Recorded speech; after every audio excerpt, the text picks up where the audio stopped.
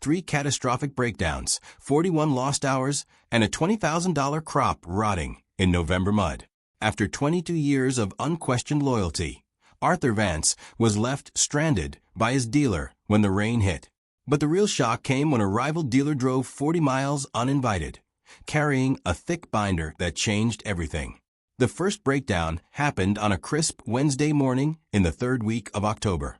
Daylight was just beginning to scrape across 2,800 acres of central Iowa dirt, turning the dry soybean canopy into a sea of dull bronze. The air inside the cab of the Massey Ferguson combine was cold, carrying that sharp metallic smell of fresh harvest mixed with a fine dust rising off the gathering chains. Arthur Vance had been in the seat since first light, keeping the header low and pushing the machine through the East 40 while the ground was still solid under the tires. The window that year was tighter than most. A relentless, rain-soaked September had squeezed 3 weeks of field work into an unforgiving 8-day forecast. Every farmer in the county with crop standing was watching the clouds and moving as fast as mechanical iron would allow. Arthur was no different. He knew the numbers by heart. He had 2,800 acres of corn and beans to bring in before the next atmospheric trough rolled out of Nebraska. 8 days was enough if every gear turned and every belt held. If something stopped, the math collapsed immediately. At 9:47 in the morning, something stopped. It wasn't a soft warning or a gradual loss of power. It was a harsh, violent metallic slap that slammed through the steel floorboards and shook the steering column. A feeder house chain had sheared clean at the master link, wadding up against the drive sprocket in a tangle of ruined tension bars. The diagnostic display on the armrest flickered, but Arthur didn't need a digital sensor to explain what had just happened. The sound a feeder house chain makes when it gives up under load is a sound a man who has spent 30 years in a cab recognizes before his foot even hits the clutch. He pulled the throttle back, killed the threshing mechanism, and stepped out onto the iron ladder into the freezing wind. One look down the throat of the feeder housing confirmed it. Arthur reached into his jacket, pulled out his cell phone, and called the Massey Ferguson dealership in Newton. He spoke directly to the service manager, laying out the failure without heat or exaggeration. The manager promised a technician would be dispatched by early afternoon. The service truck finally pulled onto the gravel driveway at 2:15. But when the technician opened his side utility boxes, the specific replacement chain links weren't on the truck. The trip back to the Newton shop and return to the field consumed another hour and 40 minutes of dying sunlight. By the time the master link was set and the header reattached, the sun was dropping behind the tree line. It was 5:30 p.m. Arthur had lost 7 hours and 43 minutes of peak harvest conditions, a loss he simply could not afford. He climbed into the cab of his pickup, pulled a worn leather-bound notebook off the bench seat, and uncapped his pen. In precise, steady handwriting, he recorded the date, the exact time of the mechanical failure, the technician's name, the part numbers used, and the total lost hours. He snapped the book shut, tossed it back onto the seat, and walked back out into the cold dark to start the combine engine once again. By the end of the month, the last of the soybeans were in the bin, and the operation shifted straight into corn without a single day's pause. The air had turned raw and heavy, smelling of damp soil and incoming weather. To the west, the horizon had lost its autumn clarity, replaced by a low, leaden sheet of overcast that seemed to press down directly onto the tops of the unharvested stalks. Arthur sat in the air ride seat of his Massey Ferguson 8700 row crop tractor, monitoring the dual monitors mounted along the right cab pillar. The machine was pulling a 12-row head through standing corn on the south farm, engine humming at a steady 1,700 RPMs. He watched the real-time data scroll across the glass, grain moisture hovering right at 18%, fuel burn averaging 12.2 gallons an hour, and field efficiency sitting at 9.2 acres per hour. Under normal conditions, those numbers would have satisfied him. But conditions were no longer normal. The weather radio on the dashboard crackled every 20 minutes with updates on a cold front pushing hard across South Dakota. It was projected to cross the Iowa line within 48 hours, bringing heavy rain and high winds that would lodge the standing corn and turn the bottomland fields into standing water. As the tractor crested a low rise, Arthur looked out across the 400 acres of corn still waiting in the South Block. His mind drifted to his father, who had farmed this same ground 50 years ago with open station tractors and a 2-row picker. Back then, a man's main enemy was his own physical endurance. If you worked harder, stayed up later, and pushed through the cold, you could outrun the weather. But today, despite all the horsepower and computer sensors, a farmer's speed was ultimately bounded by something entirely out of his hands: the dispatch schedule of an equipment dealership 20 miles down the road. You could be as tough as steel, but if a $50 hydraulic fitting blew and the service department was understaffed, your entire harvest stood still. Arthur pulled the tractor to a brief halt at the headland, set the parking brake, and reached for the leathered notebook resting on the console. He calculated the remaining hours left before the rain front arrived. At his current pace, clearing the South 400 acres would take 43 hours of continuous running. That left him with a margin of less than 5 hours for fuel, sleep, and transport. He picked up his pen and wrote in the margin, "South 400 requires 43 hours. 0 room for mechanical failure.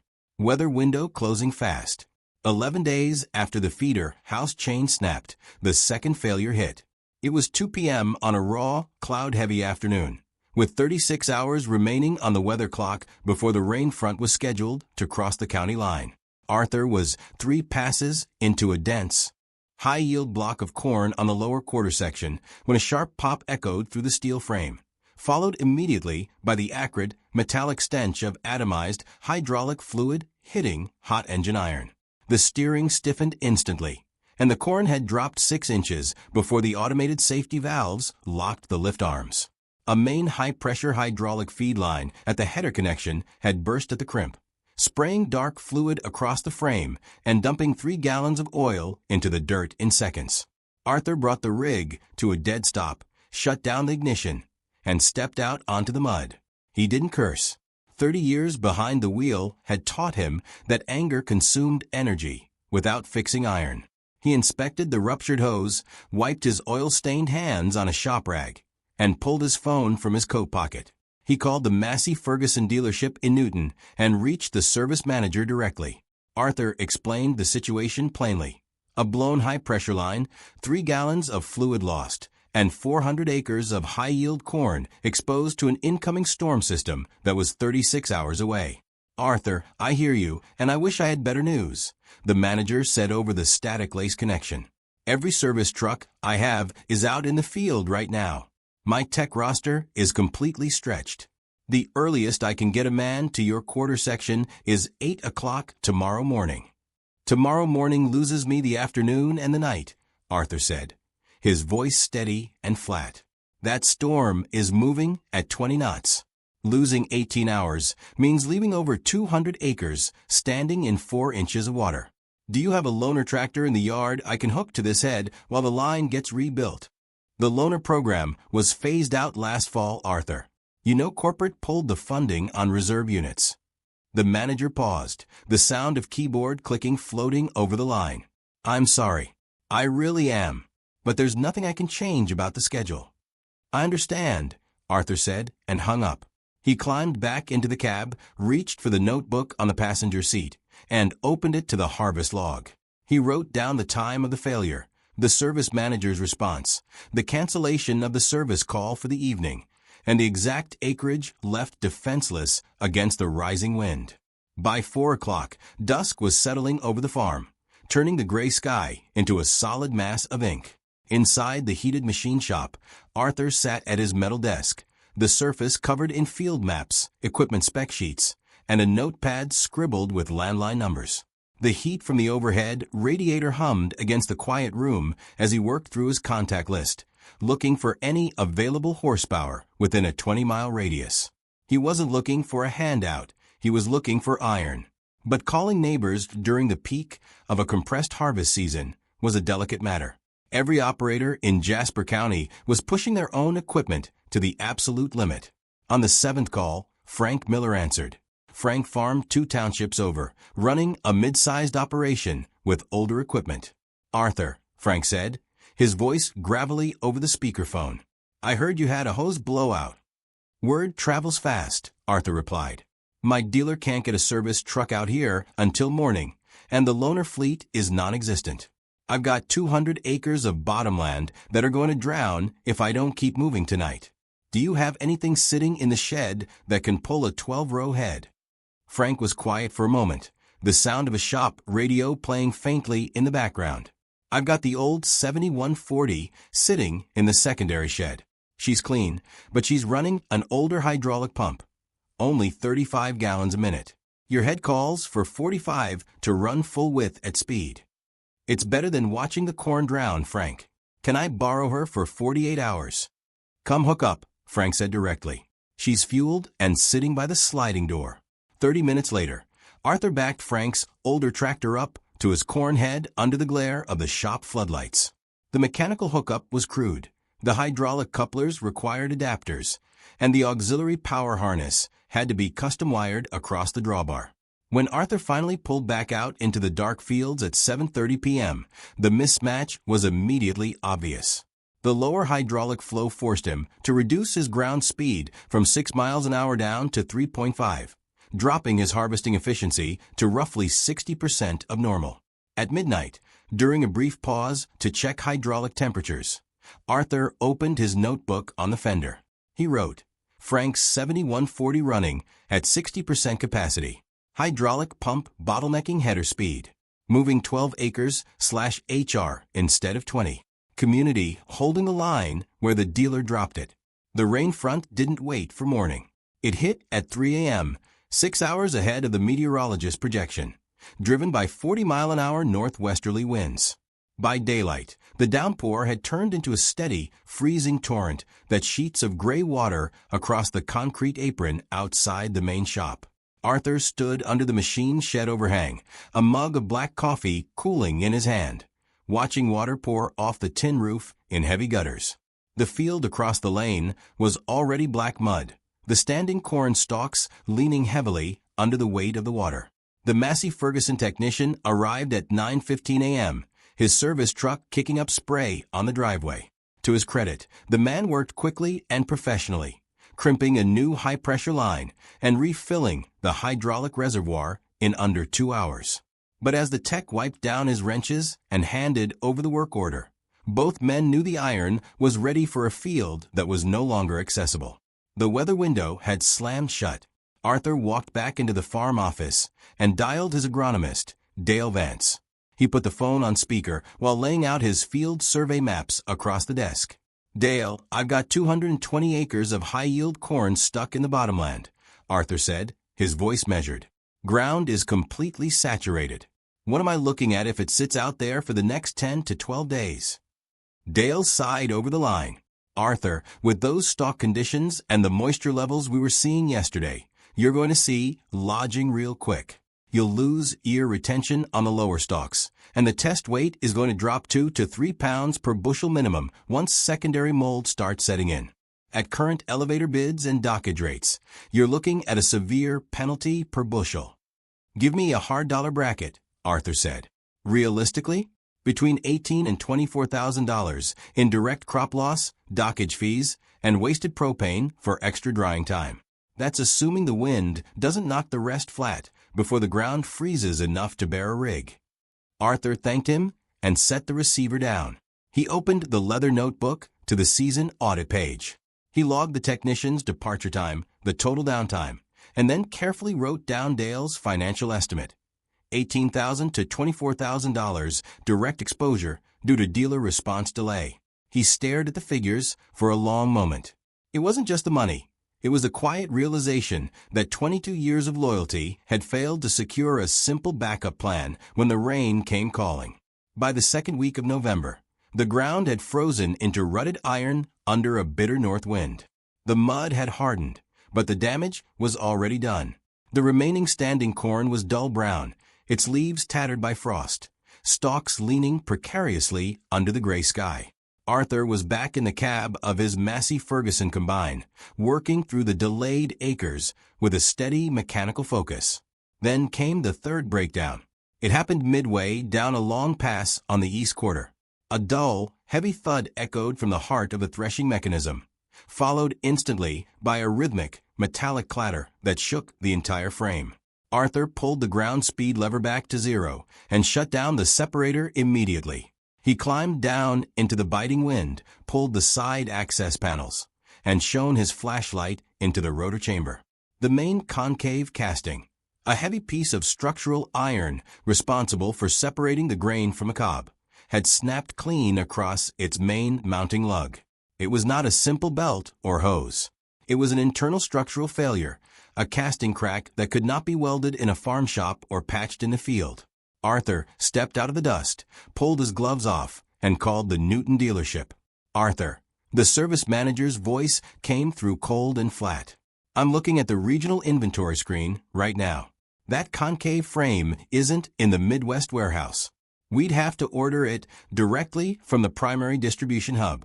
With current shipping schedules, we're looking at 7 to 10 business days before it lands on our dock, plus shop install time." 7 to 10 days, Arthur repeated quietly. In middle November, with standing corn still in the field. "I wish I had a better answer for you, Arthur. There just aren't any parts in the pipeline right now." Arthur didn't raise his voice.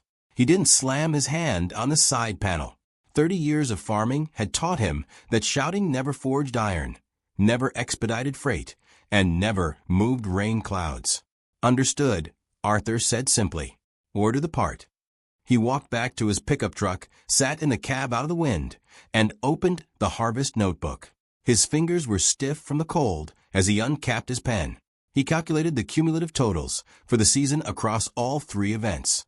41 direct field hours lost, over 600 total acres compromised or delayed by mechanical failure, and thousands in quality penalties. He closed the notebook with a quiet click, set it on the dash, and looked out over the frozen field. The kitchen was silent save for the hum of the refrigerator and the wind scraping cold oak branches against the window pane. Arthur sat under the warm overhead light, the kitchen table covered in dusty, leather-bound notebooks spanning 22 years. His wife had gone to bed hours ago, leaving him alone with his coffee mug and 4 decades of handwritten history. He picked up the oldest ledger, its spine cracked, dated 2004. That was the year his father had formally handed over the management of the farm, handing Arthur the keys to a brand-new Massey Ferguson tractor purchased from the Newton dealership. Back then, the deal had been sealed on a handshake over a mahogany desk with a dealer principal who lived 3 miles down the county road.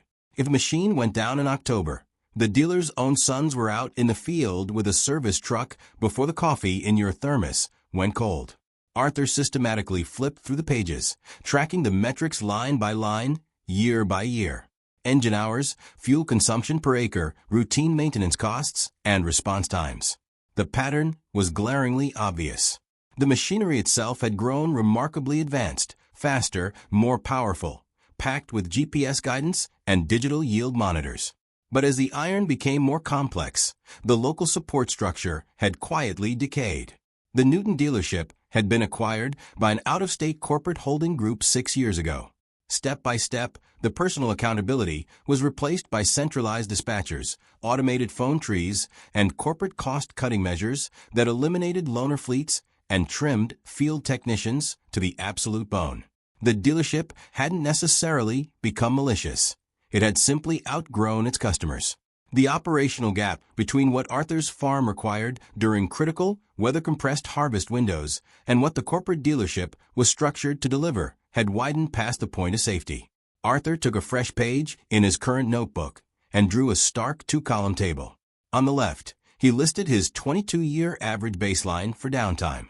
On the right, he recorded this season's reality: 3 major failures, 41 lost hours, 0 loaner support, and a $20,000 crop loss. He set the pen down. Loyalty was a noble trait between men who shared the same risk, but brand loyalty to a corporate logo that left your crop rotting in November mud wasn't loyalty. It was self-sabotage. The line at the local grain elevator moved slowly on Thursday morning, the heavy tandem-axle semi-trucks idling in a line that stretched out to the county road. Inside the scalehouse office, the air was warm, smelling of diesel exhaust, hot grease, and cheap drip coffee. Arthur stood near the wood-burning stove, holding a paper cup of black coffee and waiting for his scale tickets to be stamped. Dennis Miller walked in, shaking the frost off his canvas coat. Dennis ran 2,200 acres north of town and was known throughout Jasper County as a meticulous, hard-headed manager who tracked every penny and didn't waste words on small talk. 4 years ago, Dennis had made waves in the local farming community by quietly liquidating his entire fleet of red paint and switching his operation over to green iron. "Morning, Arthur," Dennis said, leaning against the scale counter. "Heard you had a rough run with the concave on your combine." "Rough enough," Arthur replied, keeping his voice low. "Lost 10 days waiting on shipping from a regional depot." Dennis nodded slowly, taking a sip from his mug. He didn't offer empty pity. He simply laid out facts. "I ran into the same wall 4 seasons back, Arthur. Corporate restructuring at the Newton store squeezed their tech roster down to nothing. That's when I started dealing with Frank Hoover over at the John Deere dealership in Grinnell." Arthur raised an eyebrow. "Grinnell is 42 miles out. That's a long drive for a service truck during harvest." "Distance doesn't mean a thing if the truck actually rolls when you call," Dennis said flatly. "Frank keeps 3 dedicated field mechanics on call 24/7 during October and November. When I blew a hydraulic pump on my 8R 2 years ago at sunset, his tech was in my field by 8 o'clock that night with the part on the truck. Frank keeps his own parts inventory stocked heavy, because he knows what a late rain costs a man." Arthur listened quietly. He knew Dennis wasn't a salesman, nor was he the kind of man to brag about his choices. He was just a fellow operator stating baseline facts. When his scale tickets were handed across the counter, Arthur reached into his jacket pocket for his pen. Right on the white margin of the scale ticket, in clear, neat lettering, he wrote down the name, Frank Hoover, Grinnell John Deere. By 3 o'clock that afternoon, Arthur was back in his pickup truck, parked on the gravel pad outside his main machine shed. The cab was quiet, the heater humming softly against the cold draft coming through the floorboards. He took the scale ticket out of his shirt pocket, flattened it against the steering wheel, and dialed the direct number for the John Deere dealership in Grinnell. The call went straight to the main desk, and within 2 rings, Frank Hoover came on the line. "Hoover here," a voice barked out, crisp, clipped, and devoid of front office polish. "Frank, my name is Arthur Vance. I farm 2,800 acres in Jasper County." Arthur leaned back against the headrest, keeping his tone flat and businesslike. "I'm not calling to buy a tractor today, and I'm not interested in a sales pitch. I'm calling to ask one specific question." "I'm listening, Arthur," Hoover replied. "I want to know what your service response capacity actually looks like when every farmer in the county is running against a weather window. When the rain is coming and half the dirt in central Iowa breaks down at the exact same hour, what is your realistic dispatch time, and what is your parts retention policy?" There was a brief pause on the line. No rehearsed corporate slogans came over the speaker. "Arthur, I can tell you whatever numbers sound good, but talk is cheap," Hoover said directly. "If you want real answers, I have our daily service dispatch logs, technician timestamps, and parts pull receipts sitting right here on my desk for October and November. You're welcome to come sit in my office and read the raw files yourself." "I've still got corn standing in frozen ground, Frank," Arthur said. "I can't take 2 hours out of my daylight to drive to Grinnell." Another pause followed, lasting no more than 3 seconds. "Then I'll bring the logs to you," Hoover said. "I'll be at your farm kitchen table at 8:15 tomorrow morning." "Frank, I didn't ask you to drive 40 miles out here." "You asked the right question, Arthur. And the only way to answer a real question is to put the paper in front of the man who asked it. I'll see you at 8:15. Put the coffee on." The line went dead. Arthur lowered the phone, opened his leather notebook on the pickup seat, and noted the time, 3:14 p.m. Called Frank Hoover, Grinnell Deere. Offered unedited dispatch logs. Meeting set for 8:15 tomorrow at the kitchen table. At exactly 8:15 the following morning, tires crunched over the frost-crusted gravel of Arthur's driveway. Arthur stood by the kitchen window, watching a 4-door John Deere service truck pull up. It wasn't a polished vehicle with dealer logos plastered across shiny doors. It was mud-splattered, carrying a worn aluminum toolbox in the bed, looking like a rig driven 40,000 miles a year on backcountry dirt roads. The man who stepped out wasn't wearing a tie or a salesman's windbreaker. Frank Hoover was a heavy-set man in his late 50s, dressed in a faded canvas work coat and steel-toed boots. He carried an expandable accordion folder tucked under his arm. Arthur opened the side door before Hoover could knock. "Morning, Frank." "Arthur," Hoover nodded, stepping inside and wiping his boots thoroughly on the mat. He set the heavy binder down on the laminate kitchen table with a dull thud, shed his coat, and hung it over the back of a chair without being asked. Arthur gestured toward the counter. "Coffee's fresh." Hoover walked over, poured himself a mug, took a black sip, and sat down at the table.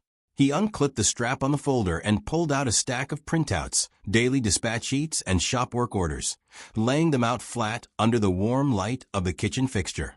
"There are no promotional brochures in here, Arthur," Hoover said plainly, resting his hands on the edge of the table. "These are the raw dispatch logs for my dealership across October and November. Every service call, every timestamp from the moment the phone rang to the moment the tech cleared the farm, parts pull numbers, and overnight order receipts. Account names have been blocked out for customer privacy, but the operational data is untouched." Arthur looked at the stack, then at Hoover. "You brought all this out here for a single phone call. You didn't ask for a price quote, Arthur. You asked if my shop stands up when the weather turns," Hoover said, taking another sip of his coffee. "I don't expect a man who farms 2,800 acres to take my word for it. Read the logs. Ask whatever you want. I'll sit right here and drink my coffee until you're done." Arthur pulled the first stack toward him, opened his notebook beside it, and began to read. For 45 minutes, the only sound in the kitchen was the steady rustle of turning paper and the ticking of the wall clock. Arthur went through the documentation page by page, cross-referencing timestamps, job codes, and parts dispatch notes with the meticulous eye of an auditor. The record covered 23 harvest season service calls handled by the Grinnell dealership during the peak October and November window. The metrics were written in unvarnished data. The average response time from initial phone call to a technician physically arriving in the field was 4 hours and 12 minutes. The single longest delay was 9 hours on a call received late on a Sunday night when all primary mechanics were already deployed on active jobs. Out of 23 emergency service events, 20 had been completed using parts carried directly on the service trucks or pulled from Grinnell's local stock. Only 3 had required a regional warehouse run, and not a single customer had waited overnight for critical iron to run again during a harvest window. Arthur set down a dispatch sheet detailing a combined hydraulic pump replacement and looked up at Hoover. "How are you keeping response times under 5 hours when the whole county breaks down at once? What does your shop structure look like?" "I don't run a skeleton crew," Hoover said plainly, setting his empty coffee mug down. "Every October through December, I hire 2 retired master equipment mechanics on seasonal contracts. It costs me extra money out of my own pocket, but it gives me surge capacity. When the rain is coming and my regular guys are maxed out, those contract techs take the overflow." Arthur flipped to a section marked Reserve Assets. "And the loaners? I keep 3 utility tractors and 2 high-horsepower row crop units, locked strictly in reserve for operations over 1,500 acres during planting and harvest," Hoover replied. "If my tech can't fix your machine within 6 hours, a loaner unit is loaded on a lowboy trailer and headed to your field. I don't charge for the transport." Arthur leaned back, comparing Hoover's numbers directly to the ledger entries of his own season. 41 hours lost, 0 loaner availability, and 3 broken windows. He opened his notebook and recorded the audit metrics side by side. On paper, the difference between corporate neglect and independent operational integrity was as sharp as black ink on white would pulp. Over the weekend, Arthur didn't rely solely on the folder Frank Hoover had left on his table. He called the 3 reference farmers Hoover had listed on a handwritten note, operators running comparable acreage with green fleets through the Grinnell store. The first call was to Mark Higgins, who farmed 3,000 acres on the Powashik County line. Mark answered from his shop, the sound of an impact wrench rattling in the background. "Mark, it's Arthur Vance over in Jasper. Frank Hoover gave me your number." "Arthur," Mark said, cutting the air hose line. "I take it you're thinking about moving away from red paint." "I'm considering it," Arthur said. "I want to know how those 8 are tractors handle real load on hydraulic flow. what your fuel burn looks like per acre compared to older iron, and whether Frank's service logs match what happens in your dirt when the sky turns gray. I'll give it to you straight, Mark replied without hesitation. Fuel burn on the 8370 runs right at 0.8 gallons an acre, pulling a 12-row head through 22% corn. The hydraulic pump delivers 55 gallons a minute flat, even under heavy load. But the iron is only half of it. 2 years ago, I threw a main drive belt on my combine at 4 in the afternoon with rain forecast for midnight.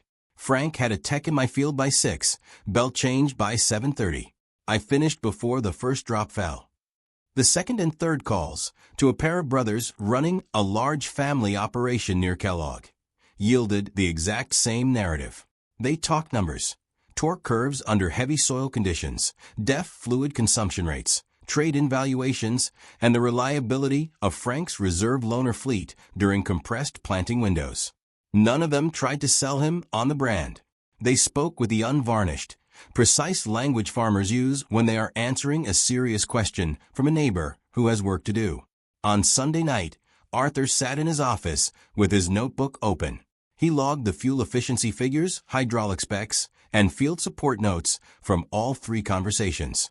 Underneath the data, he wrote a single line: the numbers hold up. The dealer's record is confirmed by the men who rely on it.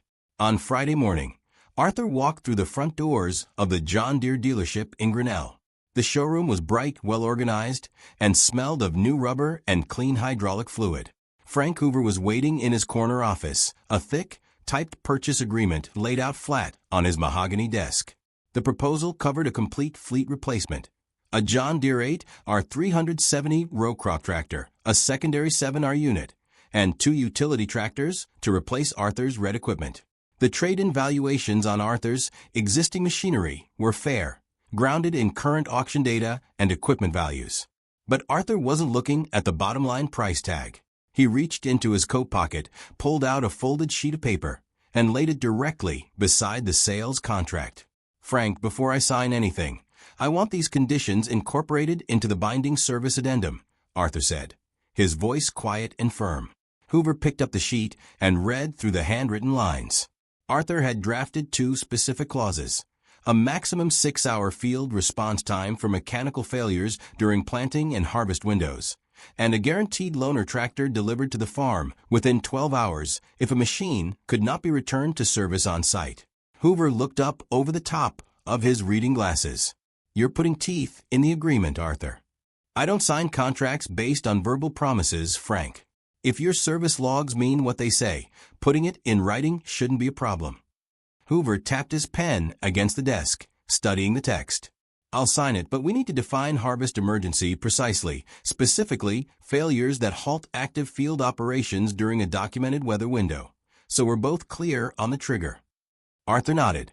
"Fair enough." Hoover made the handwritten adjustment in neat print, initialed the margin, and signed his name at the bottom of the addendum.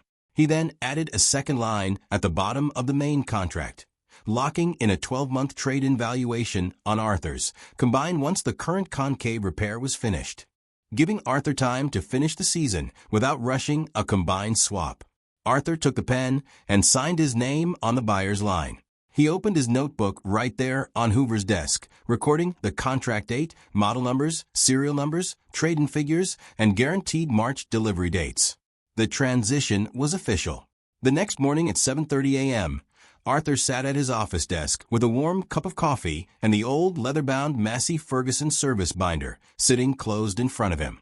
He picked up his desk phone and dialed the direct line for the dealer principal at the Newton dealership, not the service manager, but the man who ran the entire regional operation. The principal picked up on the third ring. "Arthur, good morning. What can I do for you?" "Bill, I'm calling to let you know that as of yesterday afternoon, I have signed a complete fleet replacement contract with the John Deere store in Grinnell," Arthur said, his voice flat, steady, and devoid of heat or spite. "I wanted you to hear it directly from me before the trade-in haulers show up in your yard." There was a long, heavy silence on the line. "Arthur, 22 years, Bill said slowly, his voice dropping an octave. "You've been with this store since your dad was running the place. Is this about the concave shipping delay on the combine?" It's not just the concave bill, Arthur said. It's 41 direct field hours, lost across 3 breakdowns in a single harvest. It's a $20,000 crop loss from corn standing in mud because a hydraulic line blew and your service bay had 0 emergency openings for 18 hours. And it's the fact that when I asked for a loaner tractor, I was told corporate canceled the program last fall. Arthur, if you had called me directly, I could have pulled some strings. A farmer shouldn't have to call in a personal favor just to get a service truck out to his quarter section during an 8-day harvest window, Bill. Arthur interrupted gently. Your corporate management cut loaner fleets and trimmed service technicians to save on overhead, and you pushed that risk onto the farmers running your equipment. The gap between what my operation needs to survive and what your dealership is structured to deliver simply got too wide. Bill sighed over the line. What could we have done to keep you, Arthur? Maintain the service capacity you had 10 years ago, Arthur replied. The loud guys scream and raise hell on the phone, Bill, but they usually stay. It's the quiet farmers who write everything down in a notebook and don't complain who eventually just drive away and never come back.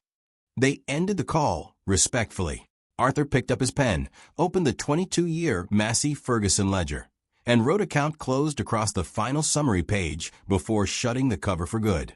The first week of March brought clear skies and a cold, bright sun that burned the morning frost off the gravel drive. A heavy transport semi pulled into Arthur Vance's yard, air brakes hissing as the driver unchained 4 brand-new John Deere tractors sitting on the lowboy trailer. The green paint gleamed in the spring light, yellow wheel rims clean and untouched by field dirt. Frank Hoover hadn't sent a transport driver alone. Beside the flatbed stood his lead shop mechanic, carrying a diagnostic laptop and a binder of pre-delivery inspection sheets. For 2 hours, the technician walked Arthur through every square inch of the new machinery. They checked hydraulic flow rates, calibrated the GPS guidance receivers, set cab display preferences, and reviewed the fluid inspection points. There was no rush, no hurrying to get off the farm. The handoff was thorough, deliberate, and professional. When the transport truck pulled away down the county road, Arthur stood alone in the shop doorway, looking out over the lined-up green iron. The quiet confidence he felt wasn't about shiny paint or new technology. It was about knowing that behind these machines sat a dealer who understood that a farmer's livelihood depended on service, accountability, and showing up when the sky turned gray and time ran out. Arthur walked into his office, pulled a brand-new, blank leather notebook from his desk drawer, and set it on the workbench. He opened the clean first page and uncapped his pen. In his steady handwriting, he wrote the date, the year, and the serial numbers of his new fleet. He thought back to the raw November morning when Frank Hoover had driven 40 miles uninvited, setting a folder of raw dispatch logs on his kitchen table, simply because a direct question deserved an honest answer. True business partnerships weren't built on corporate slogans or glossy sales sheets. They were forged in the field when rain was coming, machinery broke, and a man stood by his word. Arthur closed the notebook, slipped it into his jacket pocket, and turned toward the tractor cab, ready for the soil to dry and the new season to begin. If you enjoyed this story of grit, practical hard work, and real loyalty in the fields, take a moment to like this video, share it with someone who appreciates honest farm stories, and subscribe to the channel for more content just like this.